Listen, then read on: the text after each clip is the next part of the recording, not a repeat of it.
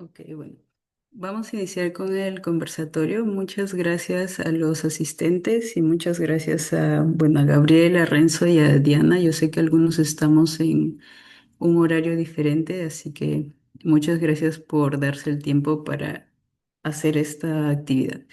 Entonces, más que todo, indicaciones para los espectadores, por favor, mantener el micrófono silenciado si es que tienen alguna duda. Igual al final les podemos dar chance de abrir el micrófono o igual pueden ir escribiendo por el chat. Bien, entonces el conversatorio tiene como título Aplicaciones para Dummies, es decir, para personas que quizás recién están iniciando en el mundo de las aplicaciones y quizás no tienen una idea exacta de por dónde empezar. Este conversatorio lo hemos dividido en tres partes, cada una intentando abarcar las áreas más importantes en las aplicaciones, como justamente los documentos que se deben enviar, o incluso también cómo encontrar esas oportunidades y hasta cómo financiarlas. Vamos a presentarnos, quizás ya me conocen algunos de ustedes. Pero igual me vuelvo a presentar, me llamo Francesca, pues estudié bioingeniería en UTEC en Perú y actualmente estoy haciendo una maestría en biociencias. Quisiera darle el pase a Renzo si pudieras presentarte, porfis. Hola, ¿qué tal? Gracias, Frank, por la invitación primero y bueno, espero que toda esta información que les vamos a compartir sea muy útil para todos ustedes. Yo soy Renzo Condori, estoy en mi último año de la carrera de bioingeniería en UTEC y bueno, ahorita mismo me encuentro en Lyon, en Francia, realizando una pasantía de investigación en la Escuela Normal Superior de Lyon, en dinámica molecular. Entonces, eso es un poquito, tal vez hobbies, no sé, me gusta el básquet, toco piano y bueno, estoy acá para responder todas las preguntas que nos puedan dar. Muchas gracias. Ok, muchas gracias Renzo. Ahora le doy el pase a Diana. Hola, ¿qué tal chicos? Gracias Fran por la invitación. Gracias por crear el espacio que es necesario. Yo soy Diana, soy de Chiclayo, igual que Renzo y Fran, estudié bioingeniería en UTEC y luego hice un máster en ciencias en ingeniería médica en París, donde estoy ahorita. Sí, la diferencia horaria aquí son 8 de la noche, así que disculpen si me ven un poco cansada. Ok, muchas gracias, Diana. Y por último, pero no menos importante, tenemos a Gabriel. Si pudieras presentarte. Hola, ¿qué tal? Bueno, mi nombre es Gabriel, estudié química en la Universidad Nacional de Ingeniería, luego trabajé en UTEC, para estar todos en UTEC. Trabajé en UTEC de asistente, ¿no? De química, todavía después del pregrado. Y luego hice bueno, tengo la maestría de Lean Passing y el doctorado en Arizona State University, que fue en ingeniería ambiental. Y ahora soy postdoc en Los Álamos National Lab, ¿no? En Estados Unidos, Nuevo México. Ok, muchas gracias chicos por sus presentaciones. Ahora vamos a pasar a la primera parte del conversatorio. Recuerden nuevamente que pueden dejar sus preguntas en el chat, ¿ok? Entonces, la primera parte consiste en las aplicaciones en sí que deberíamos considerar al momento de aplicar. La primera pregunta que tenemos, de acuerdo a cómo ustedes han llenado el formulario, hemos escogido las más frecuentes y la primera sería, ¿qué tan importante es tener experiencia antes de aplicar? Y en caso de que no se tenga tanta experiencia, ¿cómo podríamos fortalecer el perfil? No sé a quién le gustaría empezar.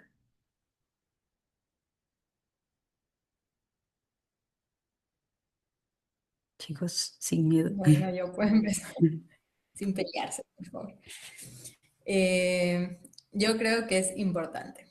O sea, la realidad es que es importante, pero así como todos hemos empezado sin ninguna experiencia, yo creo que se puede desarrollar con distintas oportunidades que hay en Internet, desde convocatorias hasta enviar un correo a una persona de la cual te inspires, del trabajo, no sé, de algún laboratorio, una investigación que hayas leído. Siempre creo que todas las personas van a estar dispuestas a ayudar. Así que si conoces a alguien que trabaja en un área en la que estás interesada, con un simple mensaje creo que podría empezar una oportunidad para todos. Como dije, a medida de que vas creciendo en tu carrera, sí o sí vas a requerir más experiencia. Y creo que es algo muy importante a destacar y que no se destaca mucho, es que al menos en Europa, pero creo que es también en Estados Unidos, para cualquier trabajo siempre van a escoger entre los primeros al menos a quienes tengan más experiencia. Entonces yo creo que sí, sí es importante desde mi experiencia y desde lo que he podido conocer con las personas a mi alrededor. Ok, muchas gracias, Diana. No sé si Gabriel o Renzo quisieran complementar. Sí, claro, a ver, nosotros tenemos, cuando somos estudiantes, tenemos diferentes objetivos, ¿no? O sea, primero estamos pensando en aprobar los primeros cursos, luego en mejorar en la carrera, ganar experiencia, y luego pensamos y llegamos al punto de necesito realizar una pasantía. ¿Para qué necesito realizar una pasantía, no? O sea, depende de los objetivos de cada uno. Pero desde mi punto de vista, yo súper recomiendo hacer una pasantía porque te abre los ojos, te saca de Perú, ves otro tipo de cultura o de tu país, ves otro tipo de cultura, ves cómo trabajan en otro laboratorio. Es súper importante hacer una pasantía. Entonces, ahora, ¿qué necesitas para ser un buen candidato para hacer una pasantía? Como mencionaba Diana, hay que tener experiencia que le puedes ganar en convocatorias, participando en grupos de la universidad, etcétera, etcétera. Entonces, al inicio, pues tu CV va a estar vacío y no tienes por qué avergonzarte porque así es, todos hemos empezado así. Y después se va llenando con una cosita, pones que has asistido a una conferencia, quizá una conferencia muy, muy pequeña, pero has asistido, entonces lo pones y es importante para ti. Y en ese momento es importante en tu CV. Y pues tienes que ir acordándote de todo. Lo mejor, lo que les puedo recomendar es actualicen su CV de forma continua, porque si no después se olvidan y ya no saben qué poner. Ok, muchas gracias, chicos. Sí, creo que la experiencia en general es muy importante al momento de aplicar. No, no podemos negar que no lo es. Entonces, sobre todo si ustedes están iniciando el pregrado, les recomendaría que empiecen desde justamente su primer año a empezar a de repente participar en voluntariados o proyectos. Entonces, sí, sí es muy importante al momento de aplicar. Vamos con la siguiente pregunta y es ¿cómo recomendarían contactar a posibles asesores o laboratorios en el extranjero? De repente quizás Renzo podrías iniciar esta vez. Sí, está bien, gracias.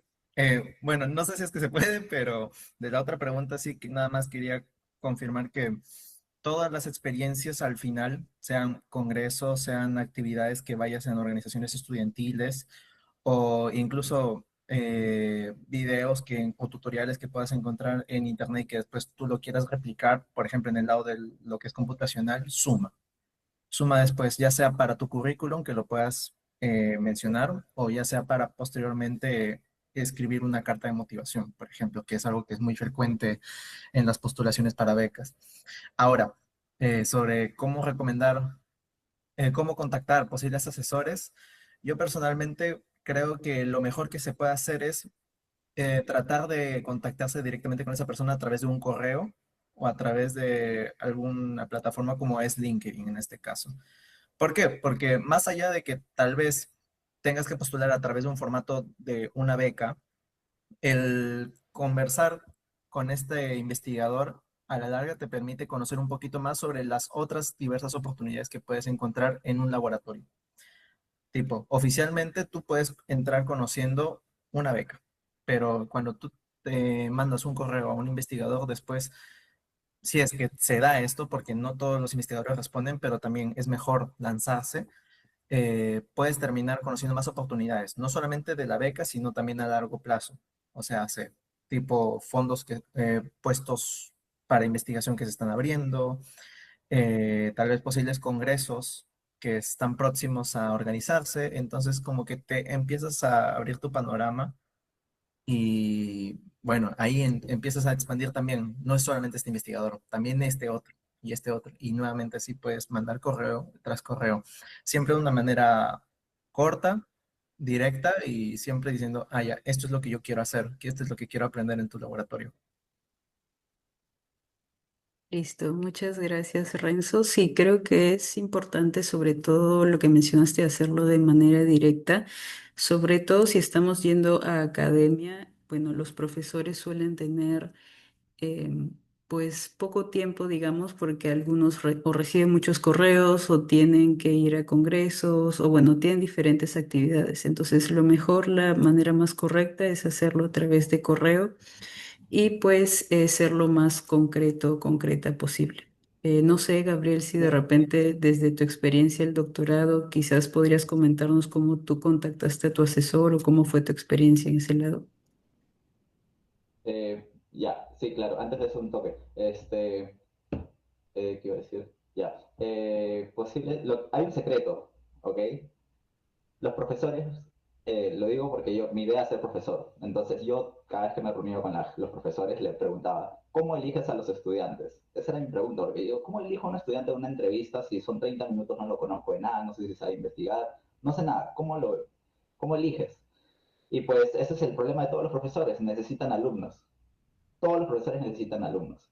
Ahora, yo les ofrezco una estrategia, cómo contactar a estos posibles asesores. Si ustedes van y buscan Google Scholar o uno de estos buscadores de autores, de profesores, y ponen un Big Boss, o sea, una persona que tiene un laboratorio gigante, él recibe por lo menos 10 correos al día pidiéndole una pasantía o pidiéndole un intercambio o lo que sea. Y es muy complicado. Entonces, la estrategia es bajar eso y ir con profesores jóvenes. Todos los profesores jóvenes necesitan estudiantes. Si tú le dices que vas a ir con un fondo de tu país, con un fondo extra que van a aplicar, están puertas abiertas para hacerlo. Entonces, la estrategia es buscar profesores jóvenes, a menos que tengan algún contacto en un laboratorio grande, que obviamente va a tener dinero, y pueden hacerlo. Ahora, en mi caso, yo contacté a mi asesor de doctorado en una conferencia. Fui, hablamos, y él me llamó, literal fue así. Entonces, él necesitaba un estudiante y ya pues yo dije que sí. Pero es así, le digo que, por ejemplo, en caso de Perú, el CONCITEC, que es el que se encarga de la ciencia en el país, tiene un fondo que es para pasantías, que se abre cada mitad de año. Entonces, ¿tú qué necesitas? Necesitas tener la carta de donde tú quieres ir, confirmando que sí, estamos interesados en que él venga, y el dinero te lo da el CONCITEC. Entonces, esa es una forma directa. Como decía Renzo, correos súper cortos, 3 líneas. Uno, introducción. Segundo, quiero aplicar a tu laboratorio con este fondo, que es de mi país. Y tercero es, pues que te escriba de vuelta si está interesado, ¿no? Y ya está. Ok, muy, muy buen tip. En realidad no había pensado tanto en eso, pero muchas gracias por compartirlo. Bien, vamos a la siguiente pregunta y es, ¿cuáles consideran que son los primeros pasos clave para postular una pasantía o posgrado en el extranjero? De repente esta vez, Diana, ¿podrías comentarnos? Claro, a ver, hablando desde mi experiencia, y bueno, creo que todos hemos pasado por esto, lo primero es filtrar los programas que quieres. No sé, quizás hacer un Excel. Sí, creo que lo más clásico es hacer un Excel.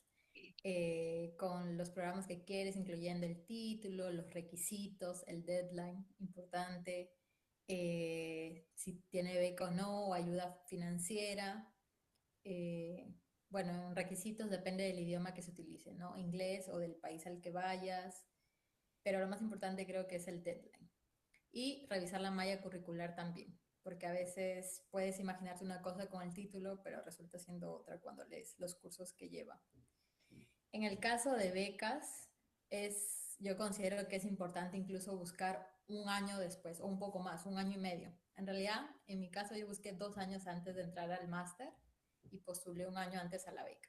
Así que en caso de becas, yo recomendaría hacerlo con mucho tiempo de anticipación y haber contactado también a los profesores para más o menos presentarte, introducirte, mostrarles tu perfil y también al alumni, estudiantes que han estado en ese programa, también es buena idea contactarlos y preguntarles qué tal el máster, si es real lo que vendieron en la página web, cómo les fue a ellos, en qué trabajan ahora, si se alineó sus planes a lo que estudiaron, quizás qué ayuda les dieron, etcétera, etcétera. Es más o menos saber el contexto que te va a tocar a ti en el futuro si es que entras al programa.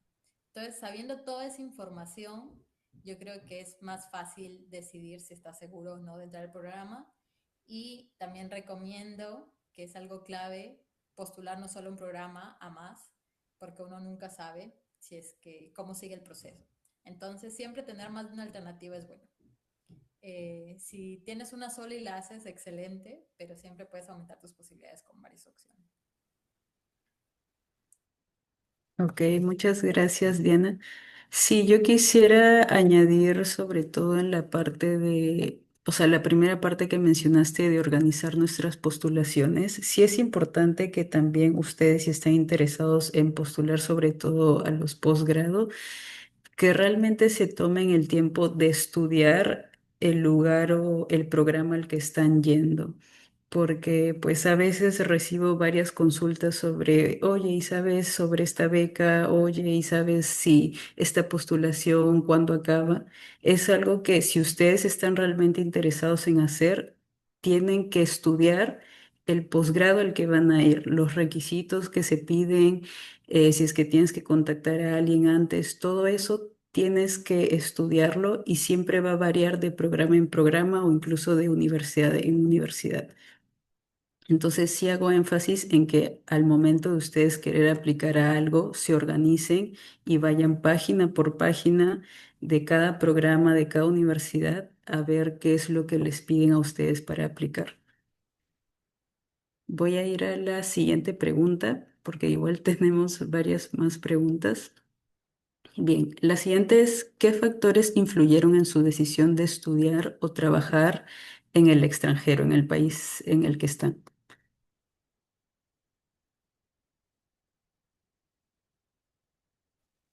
A ver, a ver, voy a tratar de responder la pregunta porque sí es una pregunta muy importante.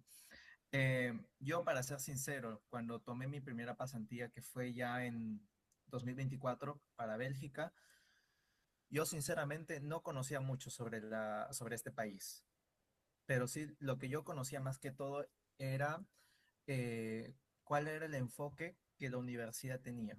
Entonces, una vez que yo enteré de la ciudad donde yo iba a asistir, en este caso Ghent, en Bélgica, lo primero que hice fue, ¿qué otras universidades también se encuentran en la misma ciudad? ¿Qué es lo que principalmente se habla? Entonces, todos esos factores, los factores culturales, los factores que al final es con lo que vas a lidiar buena parte de tu pasantía, es crucial. Uno, para que se te sea mucho más fácil adaptarte al entorno, porque eso es algo que no muchas veces se piensa. O sea, uno piensa en investigación, en lo que vas a hacer como que académicamente, pero no piensas mucho en qué tanto te va a chocar el factor de lo económico, el factor también de conocer a otras personas. Entonces yo creo que ya, eso en mi caso yo lo hice después de como que confirmar que iba a asistir a esto. Pero sí recomendaría que cuando van a postular, digamos, a un internship, sobre todo si es largo, tipo 6 meses, sí, como que tengan contemplado todo esto de acá, también para armar presupuesto o también ya para si es que requieren aprender un nuevo idioma, como puede ser el francés o puede ser el alemán, ¿no? Entonces, eso es lo que yo sugeriría. Ok, muchas gracias, Renzo. No sé si Diana o Gabriel quisieran agregar algo más a esta pregunta. Bueno, mi recomendación es que si van a hacer, como dice Renzo, una pasantía corta o hasta 6 meses, así sea el país donde sea, vayan. No hay mucho que pensar porque tiene fecha de retorno, ¿no? Entonces ahí es como que está, tu nivel de estrés baja porque tú dices, bueno, pase lo que pase, en 6, 5 meses me devuelvo a mi país y ya está. Y te da un poco igual. Pero cuando entras a un posgrado, que puede ser una maestría de 2 años o no sé, dependiendo, o un doctorado que son 4 o 5 años, el estrés es diferente, entonces te afecta de una manera diferente. Ahora, ¿qué factores debes incluir ahí? Pues todo lo que ha mencionado Renzo es importante. Podría añadir que en mi caso fue, bueno, tuve la oportunidad también de estar en Francia Y comparé, puedo decir que comparé cómo hacen la ciencia en Estados Unidos y cómo hacen la ciencia en Europa, al menos en mi tema. Y pues, bueno, paga muy poco en Europa, la verdad es que paga muy poco, entonces en Estados Unidos es donde haces mucho más dinero. Y si haces lo que te gusta, que es ciencia y ganas bien, pues yo para mí estuve bastante cómodo y por eso he decidido quedarme por aquí. Pero sí, sacrificas un poco el life balance, ¿no? Depende de cada uno. Ok, listo. Muchas gracias. Vamos a ir a la siguiente sección. Y bueno, esta segunda parte, más que todo, es para enfocarnos a ver de repente cómo podemos encontrar estas oportunidades, aunque igual ya lo hemos discutido un poco más, y también sobre el financiamiento que se requiere para hacer pasantías o doctorados o maestrías en el extranjero. Entonces, la primera pregunta es, ¿qué errores creen que se deben evitar al momento de aplicar, sobre todo a becas internacionales? Quizás, Diana, ¿podrías contarnos un poco más de tu experiencia?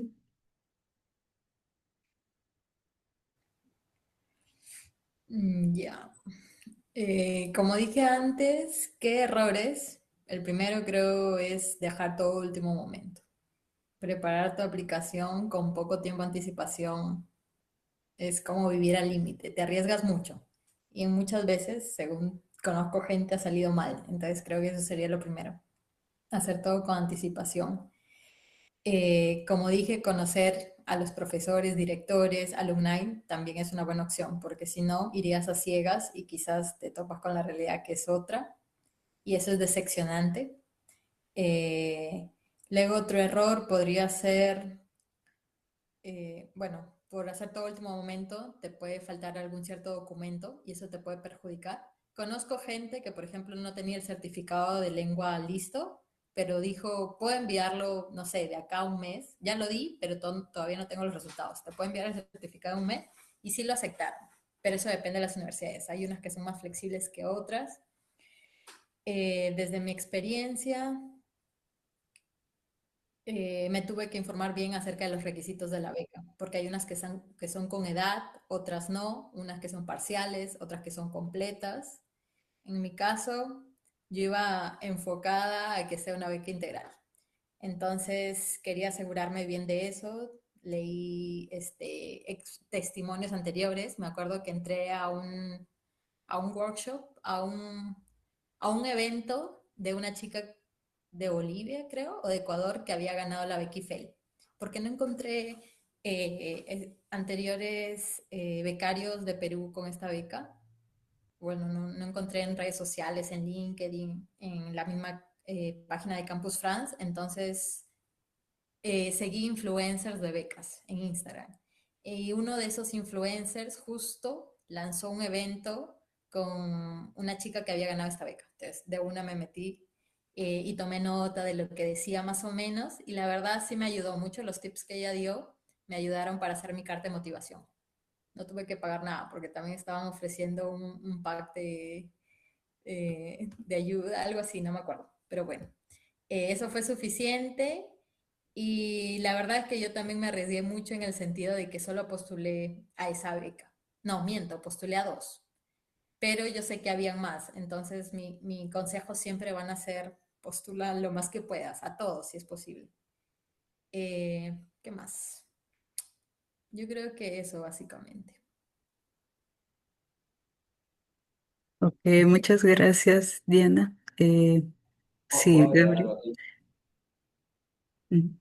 Un error bastante común que veo es que a veces uno tiene que mandar una carta, bueno, una personal statement, tu carta de motivación, y, y tú la escribes y crees que pues suena bien y que ya está, ¿no? Y nadie la lee y tú la mandas. Es un error clasicazo. Entonces lo que tienes que hacer es compartirlo con alguien que lo lea porque me ha pasado que me han compartido y la primera oración ya es cliché y digo, esto suena súper genérico, esto lo ha sacado de ChatGPT o no, pues no se puede hacer así. Y entonces tampoco dar mucha pena, ¿no? No, que viva en extrema pobreza, pero esta oportunidad podría cambiar mi vida, bla, bla, bla. Tampoco es así.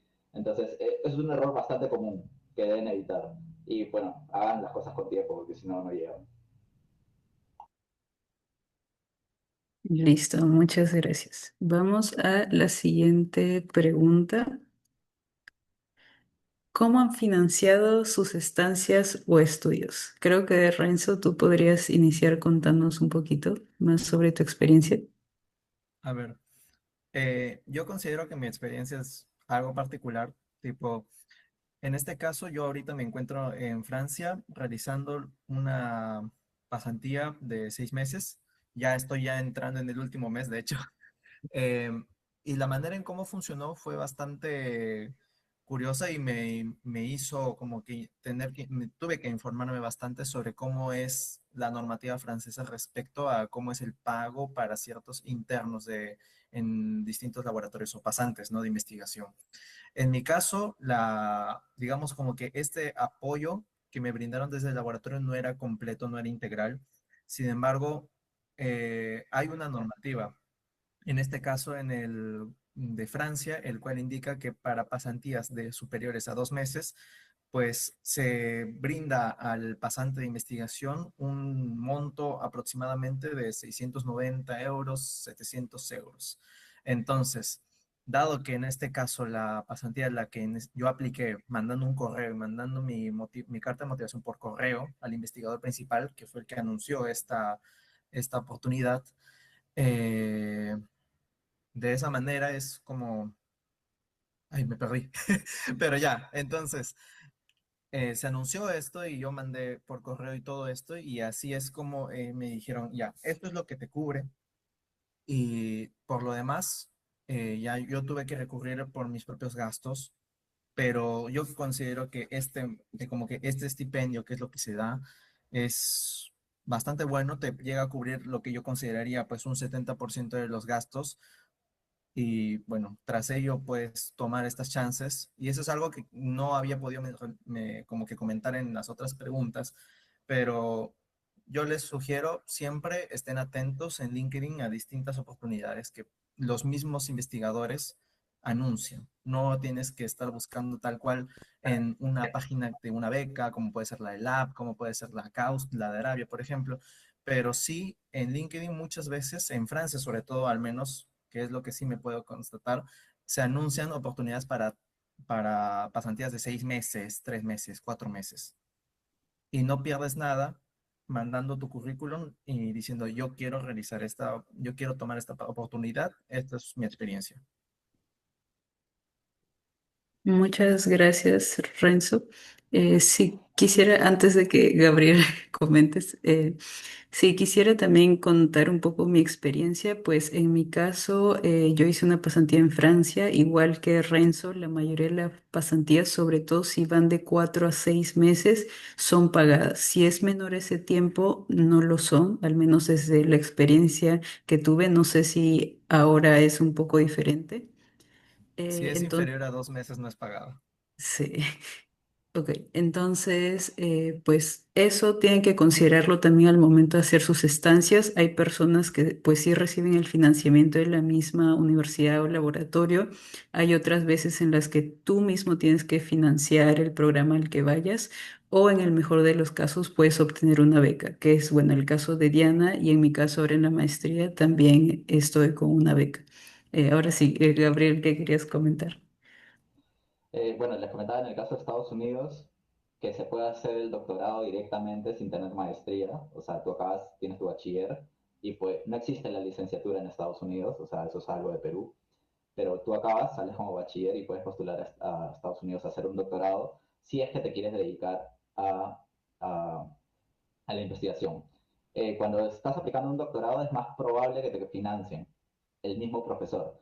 Tú contactas a un profesor, le dices que vas a aplicar al programa y, y vas a ir a su laboratorio. Entonces, como profesor tú tienes un dinero que tienes que gastarlo en estudiantes y tienes que buscar estudiantes. Esa es la cuestión. Entonces, los profesores buscan estudiantes siempre. Eh, entonces, acuérdense que hay dos formas en Estados Unidos. Una es que te pagan mientras que tú eres teacher assistant. Entonces tú enseñas, vas a cuidar de exámenes, lo que sea, y te paga la universidad. Y la otra es research assistant, que es te pagan por investigar. ¿Quién te paga? El profesor donde estás trabajando. Entonces, una estrategia es, eh, la forma normal es aplicar un programa y luego buscar un profesor, pero la forma que yo recomiendo es buscar un profesor y luego aplicar el programa y ya tienes todo financiado. Y no es necesario, en verdad, aplicar a ninguna beca gigante como, por, digamos, beca Carolina o beca Fulbright o una de estas, ¿no? Pero eso es un camino más directo. Muchas gracias, Gabriel. Sí, justamente en resumen, para las personas que nos están escuchando y viendo el conversatorio, pues hay diferentes formas de financiarlo con tus propios fondos, con becas o de repente también fondos del laboratorio o como dijo Gabriel, también a partir de estos assistantships. Bien, vamos a la siguiente pregunta. ¿Cómo creen que debe ser el recorrido académico y no académico, es decir, extracurricular, para conseguir alguna beca u oportunidad?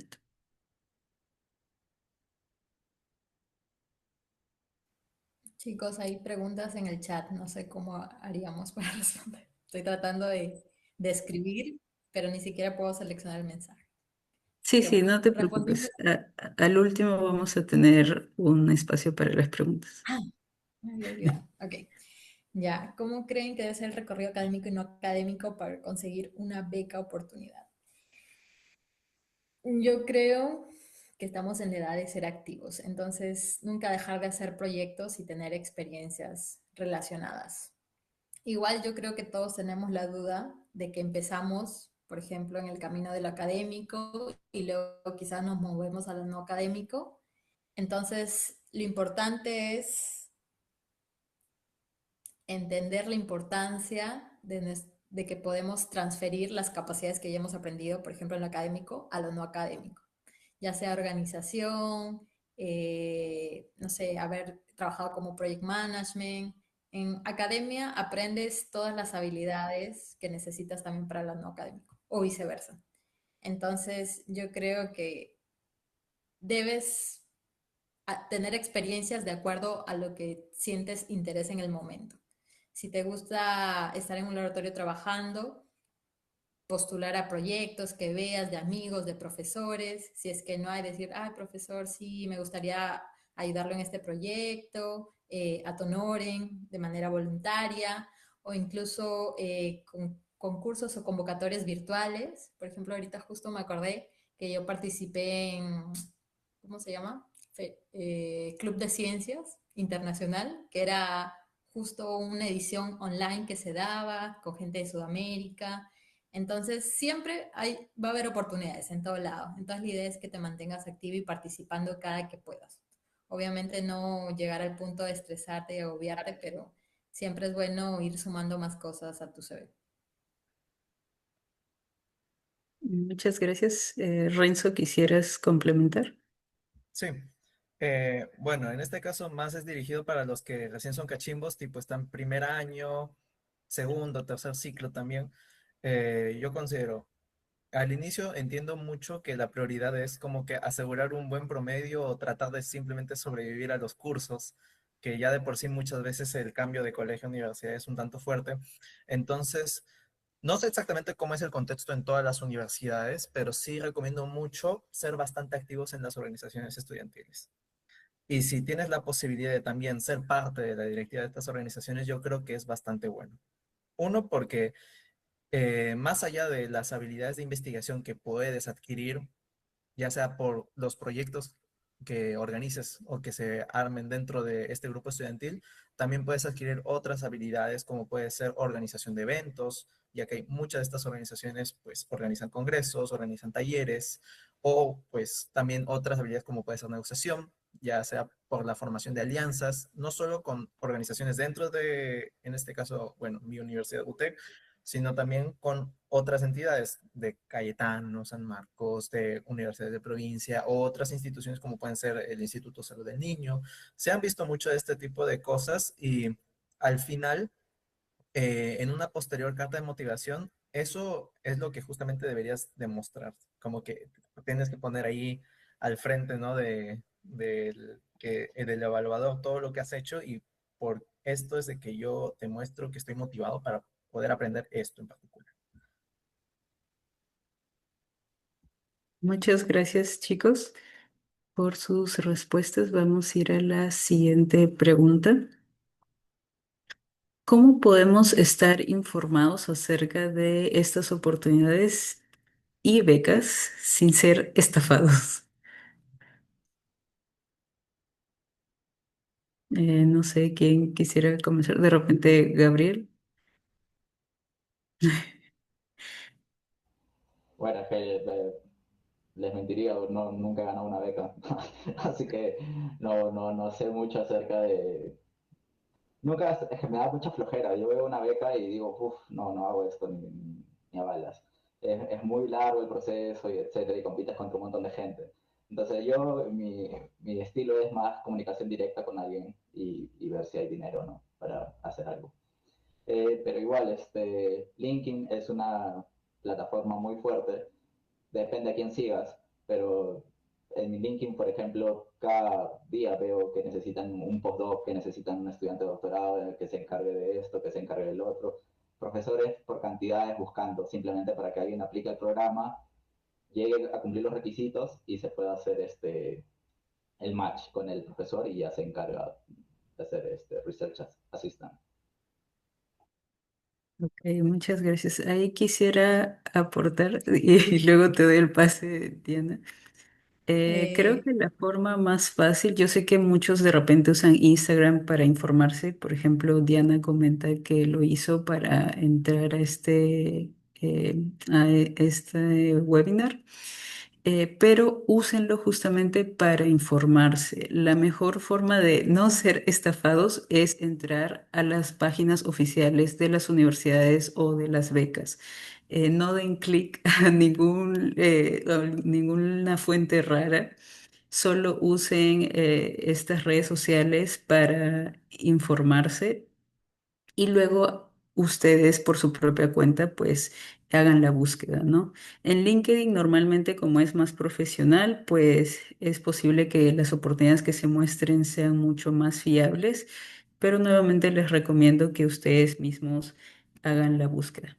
¿Sí, Diana? sí, justo quería resaltar eso de las páginas oficiales. Por ejemplo, en el caso de Francia, hay una página específica para becas en Francia, que se llama Campus Bus, creo. Ahorita ya me olvidé. Pero ahí puedes filtrar todas las becas que existen, de acuerdo al área, a la cantidad de dinero, si es parcial, qué tipo de maestría es, a part-time, full-time, un montón de filtros que puedes hacer. Y todos te van a redirigir a páginas oficiales, o mejor dicho, ahí tienen el link de las páginas oficiales. Entonces, eso también podrían buscar. Quizás cada país tiene su propia base de datos. Listo. Muchas gracias, chicos. Vamos a ir a la siguiente. Ok, entonces entramos a la última parte del conversatorio. Igual aquí vamos a contestar preguntas, pero más sobre consejos que les podríamos dar si es que ustedes están por aplicar.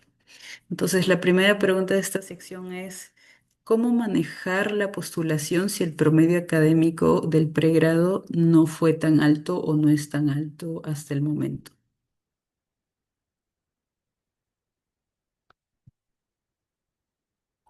Bueno, eso me pasó a mí de la uni, pues no hay promedios altos, ¿no? Entonces mi promedio era 12.3 por ahí cuando acabé la carrera. Entonces, ¿cómo le explicas a uno de Estados Unidos que eso es un bueno? Si tú haces la conversión sales como en C o en D y pues no tiene sentido. Entonces, ¿cómo manejarlo? Pues tienes que poner en un lado de la balanza otras cosas, como por ejemplo yo salí del pregrado con un artículo científico, entonces pues ya estaba prácticamente, no tenían que revisar mi promedio, ¿no? Pero o sea, te esfuerzas por lograr otras cosas que balanceen tu promedio si es que no es tan alto. Bueno, en el caso de la uni. Pero igual, en la uni pueden preguntar si es que quizá en su universidad, pero hay un sistema de conversión. Cuando esto lo dan las notas en inglés, dicen, a pesar de que esto sea 12 significa que es muy bueno o algo por el estilo. ¿Alguien más quisiera comentar algo? Bueno, algo corto, yo tal cual, el promedio bajo no he tenido, pero sí yo entiendo siempre que, que muchas de las becas lo que buscan más que todo son personas integrales, porque no es solamente que realices investigación, sino es que varios de estos programas también incluyen visitas a instituciones dentro del país donde realizas la pasantía, o tal vez buscan realizar sesiones de networking o de colaboración entre los becarios, ¿no? Entonces, no es solamente habilidades de investigación y eso no es solamente, no lo ven solamente con tu promedio, eso lo ven con en dónde te has desenvuelto, si has participado en voluntarios ligados al tema de lo que va la beca y principalmente la carta de motivación. En las postulaciones a becas, creo que eso es lo más importante, más allá que tu certificado de notas. Yo Sí, quiero algo agregar, para... per- Perdón, no, continúe, continúe. disculpa, me emocioné. Quería agregar que también aquí influye el poder de los contactos, porque pues, como ya dijeron, hacer networking por LinkedIn y quizás con una llamada en donde le hablas de tu experiencia al profesor o donde sea que quieres hacer el programa o la pasantía, es suficiente para que te ayuden a postular. Eso y que hay becas dedicadas solo a esto, que es el promedio académico, que se llaman becas de excelencia. Ese es el mayor requisito cuando piden a veces también. Pero hay miles de becas que son por diferentes razones que son otorgadas, entonces no deberían preocuparse, hay oportunidades para todo. Sí, justamente para añadir algo más, esta es la segunda edición de nuestro conversatorio. Tuvimos uno el año pasado y, por ejemplo, ahí participó una chica que obtuvo la beca Pronavec para estudiar maestrías o doctorados. No sé si conocen acerca de esta beca. Si quieren buscarla, es beca Bicentenario.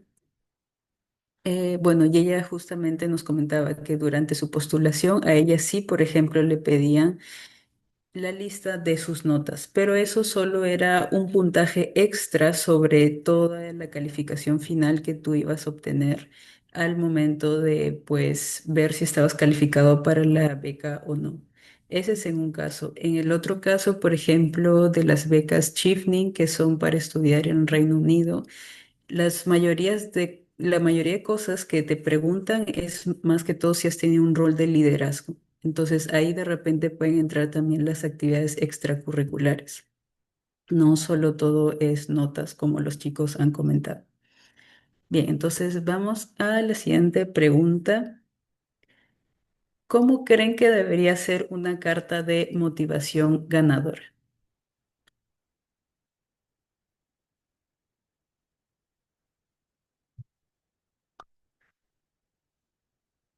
O sea, yo creo que debe ser real, tal cual. ¿Cuál es tu motivación de acceder a ese programa?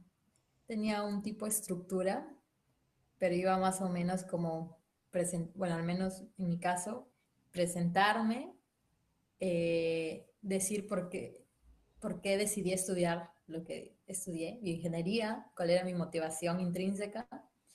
Luego, a partir de ello, como que empecé a asociar lo que yo había hecho con lo que la universidad, con el que el programa ofrecía. Por ejemplo, no sé, me especialicé en biomateriales y yo veo que su malla curricular tiene estos cursos o ustedes dictan la especialidad de biomateriales y biodispositivos. Entonces sé que como que mi línea profesional va orientada a esto y puedo aprender más, incluso aportar a proyectos, etcétera, etcétera. Luego, no sé, he estado en proyectos con gente de todos los, no, de varios países del mundo y sé que ustedes ofrecen un programa internacional y multicultural, entonces es un ambiente en el que yo me siento cómoda y me puedo expresar. Como que cada ventaja o cada cualidad que yo tenía la asociaba a lo que ellos tenían y lo que veía en su programa. Entonces yo creo que ellos vieron mucha afinidad en mí, en lo que yo dije con su programa y por eso me hicieron. También dije, creo que ellos tenían como siempre tenemos que halagar a su plana docente, a los investigadores con los que trabajaban o las empresas en las que podía hacer pasantías. Y justamente yo tenía el plan de hacer una pasantía en tal empresa porque vi un proyecto que me interesaba. O sea, se notaba que yo conocía como que el detrás del programa, sin haber empezado a estudiar ahí. Entonces, todo eso igual lo encontré en su página web. Solo me bastó chequearlo un rato para ver eso, pero sí me tomó tiempo redactar la carta. El truco es enviársela a diferente gente para que lo revise. Yo creo que me funcionó que tenía un amigo que estudiaba ya acá en Francia, entonces sabía un poco cómo era la mentalidad francesa quizás, y me dijo, no, has puesto mucho texto a los, no sé, a los franceses les gusta algo más corto. Entonces, quítale un párrafo, un ve esto, pero una combinación de esas dos cosas sería mi recomendación. Muchas gracias. No sé, de repente, Renzo, quisieras comentar cómo han sido tus cartas para postular a pasantías. A ver, eh, tal cual las becas, empecé a postular desde el 2024 y si hay algo que he aprendido bastante es algo que no puedes hacer en una carta de motivación es enumerar, tipo, enumerar cosas que has hecho y encima tratando de que todo quepa en una hoja y mencionando solo como que cosas muy simples de cada una. Yo lo que aconsejo es que si es que quieres incorporar alguna de las experiencias que has tenido, ya sea un congreso, sea una vivencia tuya o ya sea un proyecto tal cual académico que hayas realizado, eh, si tienes varios, por ejemplo, selecciones uno y lo alineas directamente con la línea que estás desarrollando a lo largo de tu carta de motivación. Eso es algo también bastante. Hay un concepto de que, bueno, no voy a ahondar tampoco, es que lo maneja a la perfección, pero es lo que se le llama el storytelling. Entonces, la idea es siempre que tu carta de motivación sea siempre, que siempre mantenga la atención de quien lo está leyendo. Y en parte todo eso implica que sea algo coherente y que, que, bueno, sea muy fácil de seguir, como una sucesión de ideas que se van construyendo una a la otra y van formando algo mucho más grande. Entonces, yo diría, no enumeren, tal vez quédense con una y rescaten, digamos, como que lo más importante de esa experiencia. Y creo que con eso ya pueden tener una mejor carta de motivación. Muchas gracias, Renzo. Creo que también depende de cada país. Bueno, y luego, Gabriel, quizás nos puedes contar tu experiencia. Pero, por ejemplo, algo sí que deben considerar es que no repitan lo mismo que está en su CV. Y es lo que dijo Renzo, no enlisten las cosas que fácilmente se pueden ver en el CV. No sé, Gabriel, si quisieras comentarnos tu experiencia postulando al doctorado. Bueno, es que ya esa fue por compromiso, pero es que, como les explicaba, yo nunca gané. Siempre llegaba hasta la parte final. Pero, o sea, mi carta de recomendación, mi carta de motivación no era tan mala tampoco, o sea, era normal, pero siempre perdía en aquel tiempo no sabía mucho inglés y pues siempre me jugó en contra hasta casi el final de la carrera. Pero yo me acuerdo que siempre incluía al final, en el último párrafo, mis objetivos, siempre. O sea, mi objetivo a mediano plazo y mi objetivo long term, a largo plazo, ¿no? O sea, cómo me vería, ¿no? Y pues nada, eso es lo único que podría recomendarles, ¿no? Tener en claro más o menos, poner cuál es tu motivación a corto y mediano y largo plazo. Listo, muchas gracias, chicos. Creo que ahí ya tienen algunos tips. Si están por escribir su carta de motivación, recuerden enviársela siempre a alguien para que lo revise. Mientras más personas, mejor. Y pues no enlistar, ser coherentes, tener una misma historia y siempre alinearlo con el programa al que están postulando y también mencionar cómo el programa los va a ayudar a ustedes a pues lograr sus objetivos, como dijo Gabriel, a mediano y largo plazo. Vamos con la siguiente pregunta. ¿Cómo arriesgarme y saber cuál es la mejor decisión para mí o la mejor oportunidad para mí? Creo que igual ya lo hemos contestado un poquito más, pero de repente para cerrar un poco este tema, ¿Cómo ustedes supieron que era la mejor decisión para ustedes postular esa beca, postular ese posgrado, esa pasantía?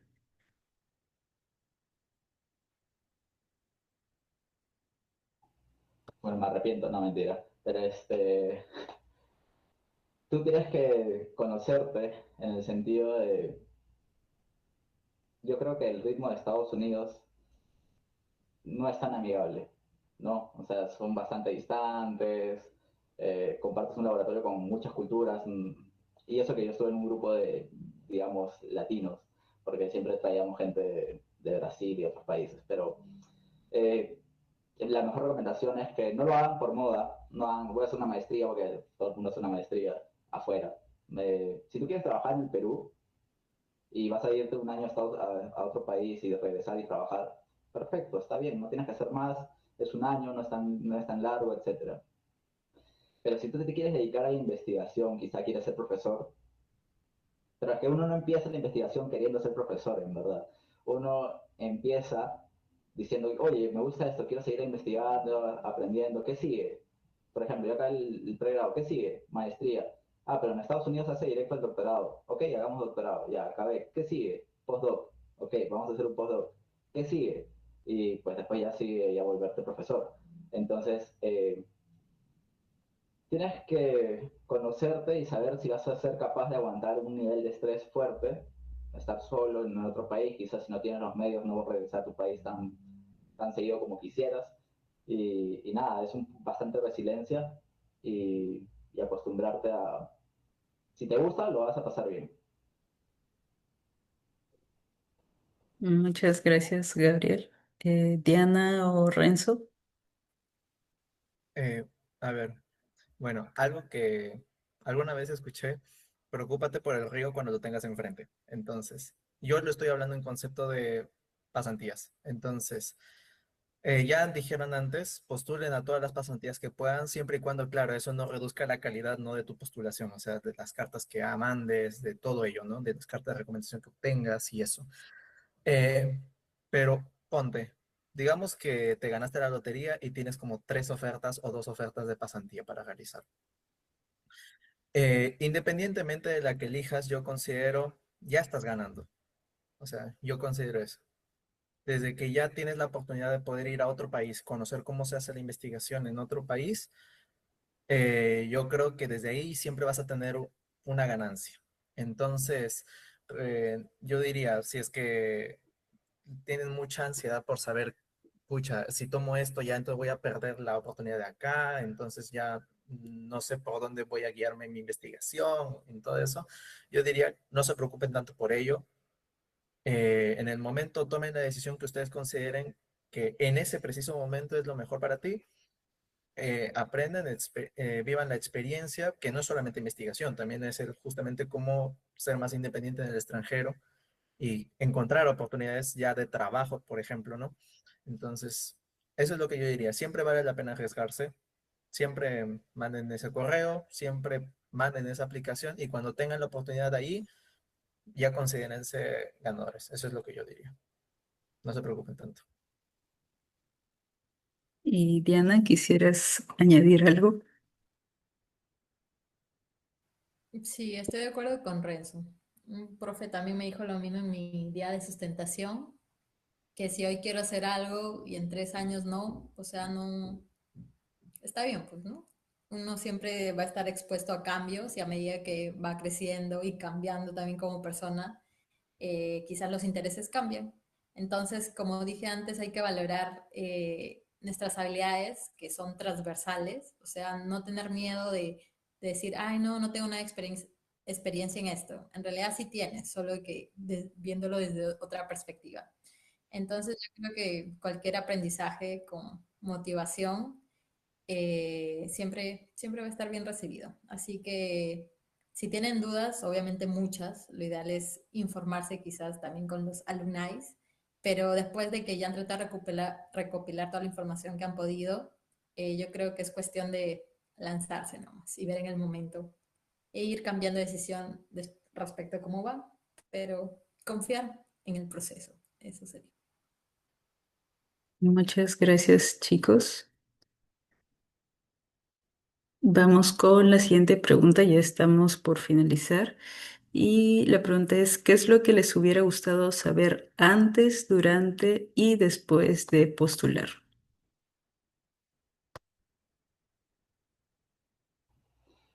Yo les comento algo. Es importante, lo he mencionado varias veces, pero es porque es importante el dinero.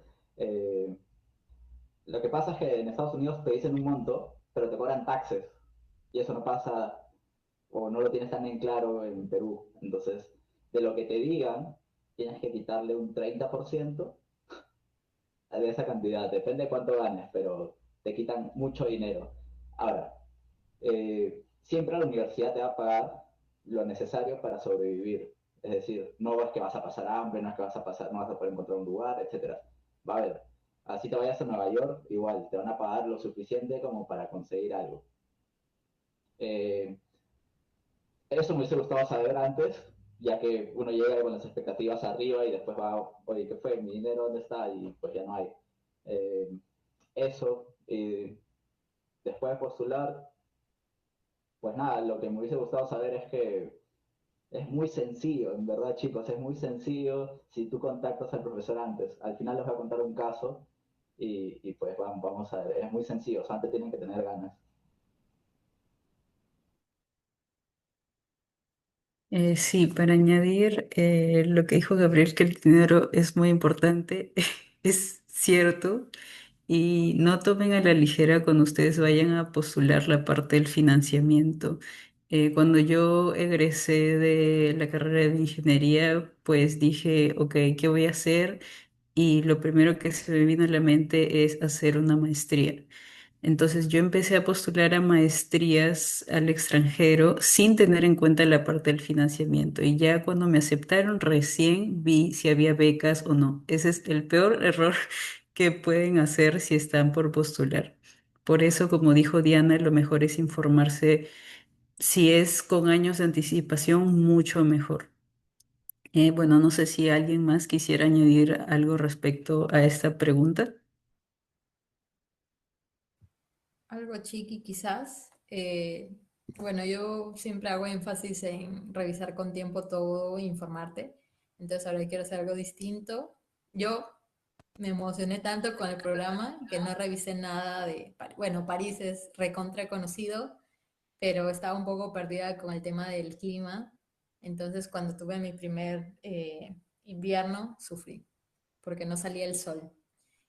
Y ya, pues, entré en crisis. Pero uno debe conocerse. Es que los latinos creo que obviamente estamos acostumbrados al sol, entonces nos choca mucho el frío y la oscuridad.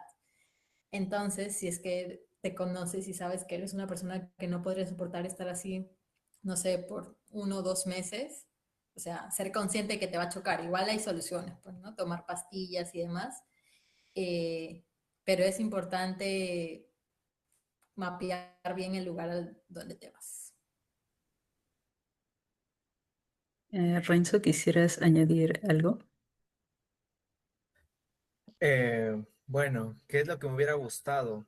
En mi caso, esta oportunidad la obtuve mediante un correo electrónico, mandando un correo electrónico. Entonces, una vez que me aceptaron, que me dijeron, ah, ya, estás dentro de la pasantía, lo que yo no sabía era el tremendo proceso burocrático que iba a ser sacar la visa de Francia.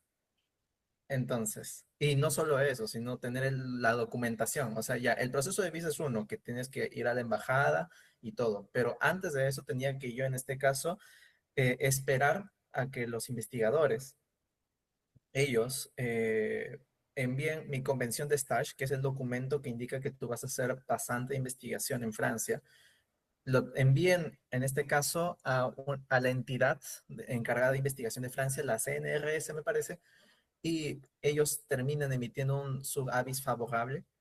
No sé si es que lo estoy pronunciando muy bien, perdón, pero al fin y al cabo ese es el documento que tenía que presentar en la embajada. Y todo ese proceso, incluyendo la visa y todo esto, me tomó alrededor de 5 meses. Entonces, tengan siempre eso en mucha consideración. Si es que ustedes para que puedan informarse, justamente lo que estamos diciendo en todo este conversatorio, infórmese siempre sobre los documentos que requieran para poder presentarlos en la fecha o con tiempo de anticipación. Nadie les dice, nada te asegura que vas a tener todos los papeles en regla en la primera cita que tengas en la embajada. Capaz te pidan que tienes que hacer otro o que te falta otro documento y tienes que volver a la semana siguiente o tal vez se demora más. Entonces, eso es lo que yo diría.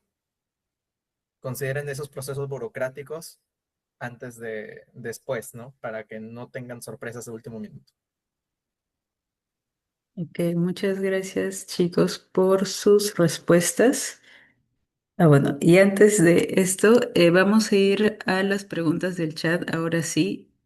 Eh, Creo que, bueno, Diana se ha estado adelantando respondiendo, pero igual para las personas que no han seguido las preguntas del chat, voy a igual repetirlas. Preguntaron, ¿sería posible que nos puedan decir a qué becas aplicaron? Diana aplicó a la beca Excelencia IFEL. Creo, Gabriel, el tuyo fue más un assistantship. Sí. Luego preguntaron si aplica primero a la universidad y luego a la beca o depende. Y sí, como dijo Diana, depende mucho de la universidad y de la beca. Por ejemplo, la que les decía de la beca Pronavec, primero tú debes tener la carta de aceptación de la beca, perdón, del programa y luego recién postular a la beca. En el caso de Francia, a veces están a la par como mencionó Diana por el chat.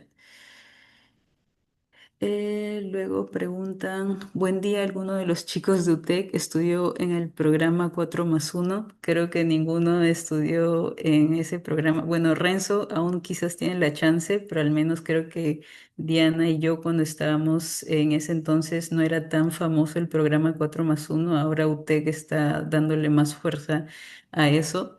Y si tienen la posibilidad, a ver si hay chicos de UTEC aquí, yo les recomendaría que lo tomen en realidad. No sé, Renzo, si quisieras añadir algo sobre eso. Bueno, como ella dijo, como Fran dijo, yo todavía tengo la chance de postular. Lo estoy evaluando, la verdad. Creo que mi último semestre para poder aplicar.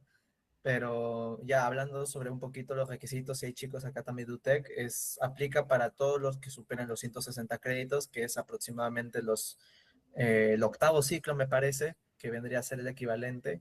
Entonces, yo sí diría que aprovechen la oportunidad. El requisito es bien parecido a lo que se hace en cualquier proceso de beca: carta de recomendación, tu carta de motivación, certificado de inglés me parece que también lo solicitan, y un promedio mayor a 15 me parece. Que bueno, es como podría decirse un promedio, el promedio en muchas carreras que hay en UTEC en este caso. Ok, muchas gracias, Renzo, dándole publicidad a UTEC. Y acá preguntan, ¿cómo lidiaron con el tiempo de espera?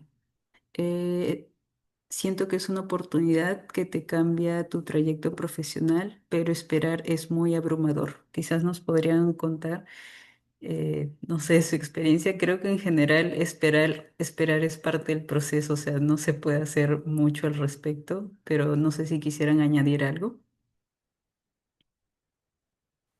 Entonces, ansiedad, sobre todo el mes anterior a los resultados. Es como ya no me importa si es negativo o positivo, solo deme los resultados, porque quieres postular a más oportunidades. Pero igual es cuestión de mantener una visión optimista. Si es que no haces esa, aplicas a otra oportunidad y te va a salir. Por eso la idea es postular a varias oportunidades al mismo tiempo. Y bueno, si es que quería justo ese y no me sale, mi mentalidad era volver a postular para el otro año. Entonces, sí, te da ansiedad, pero la idea es no bajonearte por eso. Hay un montón de oportunidades, sobre todo en Francia. Ay, no he promocionado lo suficiente a Francia. Francia considero que es top para estudiantes porque tiene muchas oportunidades, aparte de académicas, en cuanto a bonos económicos para la vida de un estudiante acá. Entonces, es buena opción. Pero bueno, con respecto a la pregunta, eh, es parte te acostumbras a la incertidumbre. Sí, es parte de y no podemos escapar del tiempo de espera. Aquí tengo varias preguntas para Gabriel. La primera pregunta es a lo de contactar a profesores, creo que se refiere a lo de los assistantships. Si me animo para hacer una maestría, esa opción de contactar con profesores que cuentan con financiamiento, ¿sería viable o no para maestrías? Eh, los profesores en Estados Unidos no quieren financiar maestrías. ¿Por qué? Porque solamente estás un año o dos y luego te vas. Entonces no generas, no hay mucho aporte al grupo. Entonces no gastaría o no invertiría el dinero en un estudiante de maestría. Generalmente las universidades en Estados Unidos tienen el 4+1, como han mencionado, ¿no? En ASU, cuando estaba ahí, tuve varios alumnos de maestría que tenían ese programa. Pero ¿cuál era su idea? Acabar eso y irse a trabajar, porque ya sales con la maestría. Entonces, si ustedes piensan en Estados Unidos, es maestría solamente si quieres trabajar directamente y doctorado si quieres investigar. Es así de sencillo. No tienes que hacer maestría si es que, por ejemplo, es opcional. Yo hice el doctorado 4 años y pedí mi maestría, no me hicieron ninguna tesis ni nada, solamente me la dieron, porque sabía que en Perú me pueden pedir, oh, tienes doctorado pero no tienes maestría, ¿cómo es posible? Y dije, ok, voy a evitar esto, y pedí y solicité mi maestría. Pero es muy sencillo, pues, ¿no? Si tienes doctorado, se sabe que tienes maestría, ¿no? Entonces, eso. Y les cuento un caso así súper rápido. ¿Cómo funciona esto? Imagínense que aplican 100 personas a un programa de doctorado en Universidad X. Ok, acaba el proceso y se hace la evaluación de cada uno de los estudiantes de los 100 y se genera una lista, ¿no? Un ranking. Y dice, ok, tenemos financiamiento para los 20 primeros. Así dice la universidad, 20 primeros, ya está. Y esos 20 primeros se juntan los profesores y dicen, ok, este ya se contactó conmigo, va a trabajar conmigo, puedes darle a uno más, porque ya está cubierto su financiamiento. Ahora, he visto casos, que conozco muchos casos, de gente que queda por debajo de esos 20, pero ya se había contactado antes con el profesor. Y entonces le dice, uy, ayúdame a este porque este tiene que venir para mi grupo, ya quedamos y se empuja. A ver, tampoco hay que ser tan maleados de quedar, pucha, no sé, en el puesto 80 y querer entrar entre 20, ¿no? Pero si estás en el 30, en el 25, o 21, pues que te has quedado por nada. Si tú ya tienes una conversación previa con alguien, entras al programa directamente. Por eso les digo, un contacto así directo con un profesor es la mitad y la otra mitad pues era pues lo que postules y ya está. En mi caso fue tanto así que, bueno, yo ya tenía un artículo, o sea, estaba bastante bien, que fue un compromiso completar la aplicación. Yo ya sabía que iba a entrar antes de, no había mucha emoción, pero ya está. Eso se puede hacer en Estados Unidos y es muy común. Gracias, Gabriel. Acá tenemos otra pregunta. ¿Ustedes saben cómo se obtiene el GPA para Europa? He visto que algunas universidades la piden y hay mucha información en Internet. Quizás en tu caso, Diana, ¿cómo hiciste con el promedio? O sea, yo entiendo que las universidades a veces tienen su propia equivalencia. Tú a veces lo puedes subir por ejemplo, en Perú es sobre 20, ¿no? Entonces subes tu promedio sobre 20 y cada universidad hace su propia equivalencia. Pero no sé, Diana, cómo haya sido en tu caso. Yo, la verdad, no me acuerdo dónde vi, pero en algún lugar vi que la conversión era 16, ya equivalía a un GPA de 4. No sé dónde lo vi, pero yo puse eso en mi CV. Elegí confiar. Y luego, dentro de la universidad, resulta que incluso con 15 ya podías tener ese GPA. Y sé que hay otras universidades que tienen más y menos. Por eso digo, no sé cómo lo calculan y no sé cómo se hace, pero sé que cada universidad tiene su propia escala. No sabría decir una en específico. Podrías preguntarle quizás a los alumnos que han estudiado ahí, porque ellos sí saben la escala de notas. También contactarlos por LinkedIn si es que los profesores no contestan y preguntarles individualmente. Ahí hay más chance que te respondan por empatía. Bueno, mira, yo acabo de buscar el de la uni, mi transcript que pedí, y ellos al final te incluyen una tabla donde dice hasta 9 es D, y va subiendo, pues, ¿no? Dice de 14 a 20 es excelente o A+, ¿no? O A más. Entonces, yo creo que si tú lo pides a tu universidad, ellos te dan esa tablita al final. Pero bueno, eso pasó en la uni. No sé si en UTEC te entregan una equivalencia o no. Y si no, pues funciona bastante bien esos de GPA Converter en Google, ¿no? Va bastante bien. Muchas gracias, chicos. Tenemos unas tres últimas preguntas.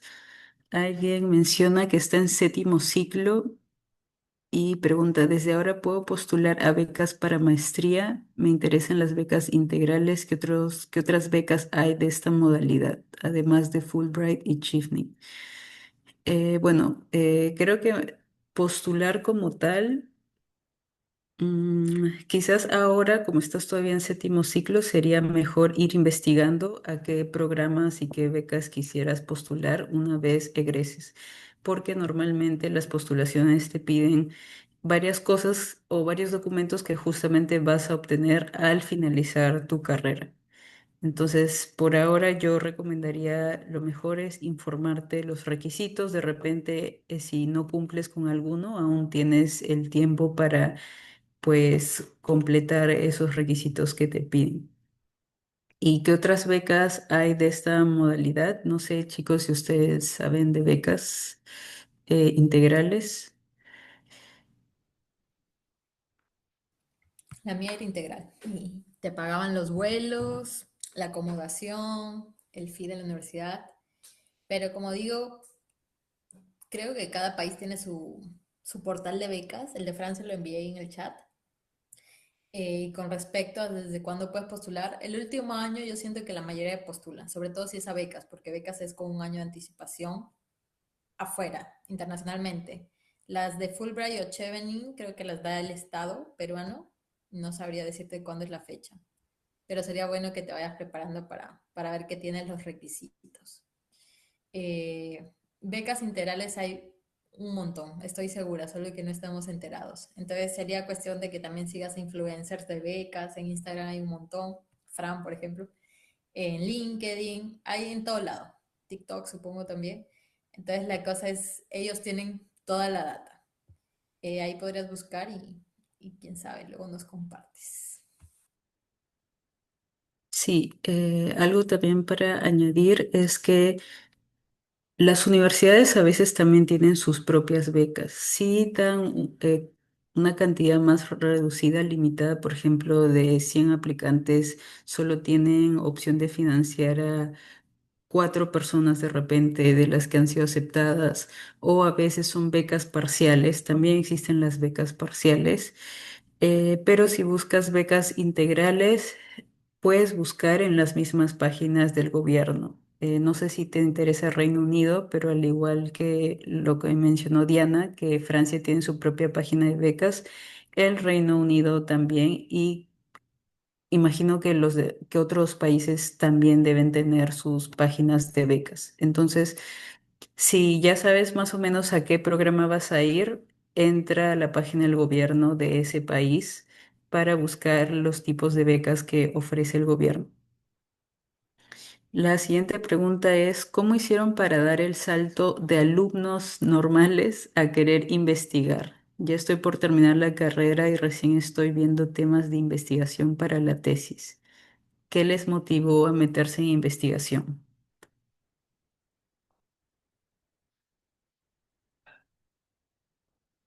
Eh, Renzo, de repente quisieras A comentar. ver, bueno, y yo como tal vez varios aquí todavía son estudiantes de bachiller, así que como que el camino todavía es muy largo.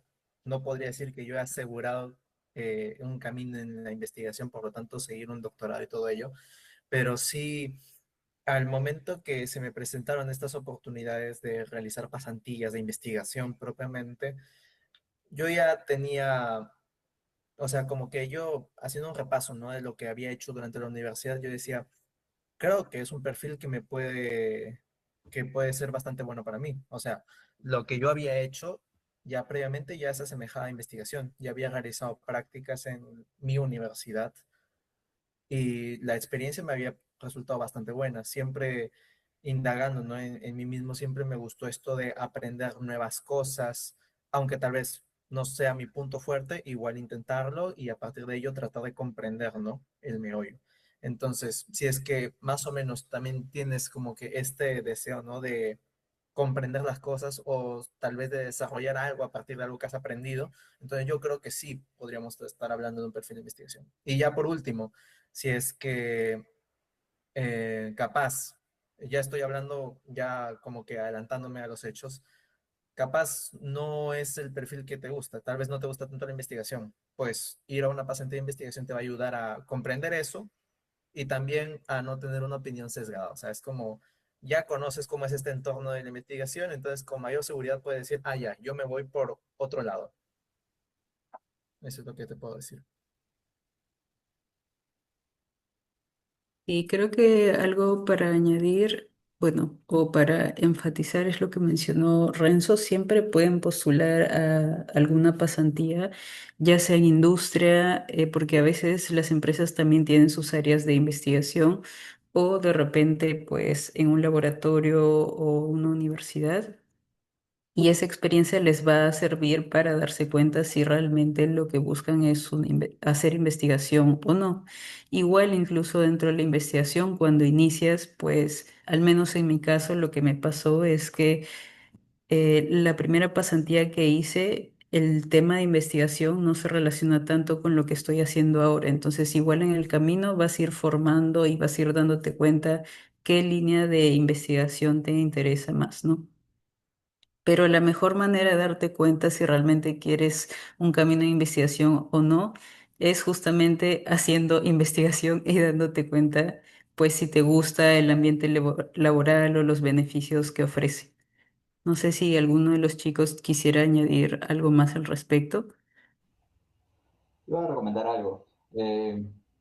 Algo que te abre mucho las puertas y la mente de las cosas que hay es uno de esos grupos estudiantiles que están en las facultades, ¿no? Cada uno tiene un grupo estudiantil. Por ejemplo, yo en el primer ciclo me metí a un grupo de química en la uni y en segundo ciclo, como el grupo mezcla gente de primer ciclo, gente de medio, gente de mayor, uno de los que ya estaba por egresar me dijo, oye, hay un chico de maestría que está buscando un ayudante, ¿te interesa? Y yo, pues vale, y me metí y desde segundo ciclo empecé a hacer este laboratorio. Entonces, ya de ahí o sea, la recomendación es interésense en meterse en uno de estos grupos estudiantiles, que los contactos es lo que más les sirve. Y otro cosa importante es, si ustedes conocen profesores que tienen un laboratorio, pues tratar de ver cómo llegar a ese laboratorio, si es que sirve para ustedes, ¿no? El consejo. Y ese profesor, si ha hecho una maestría o un doctorado afuera, pues decirle, profe, quiero ir afuera, ¿usted cree que puede hablar con su ex jefe y una pasantía, algo, una oportunidad? Y es súper, o sea, es como si yo llamara a mi jefe y le digo, oye, Renzo quiere ir a tu laboratorio, va a ir 6 meses, ¿está bien? Y ¿qué me va a decir? No me va a decir que no, ¿no? Entonces les digo, es eso de hablar y pedir las cosas es lo que nos falta a nosotros, mucho. Y son cosas que, te alivian todo el proceso. O sea, que anímense a comunicarse con las personas y pedir ayuda, que es lo más importante. Sí, sí, me quedo con la última parte que mencionaste. Contactar es muy importante, chicos. Y la última pregunta es, ¿qué examen internacional de idioma ustedes recomiendan?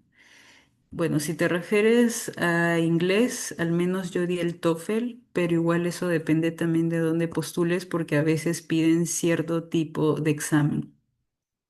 Si tienes la opción de dar cualquier examen, creo que el TOEFL ahora ha cambiado su formato, es mucho más sencillo y mucho más corto, entonces quizás yo recomendaría el TOEFL, pero de repente si estás más familiarizada con el inglés británico, quizás el IELTS pueda servir un poco más.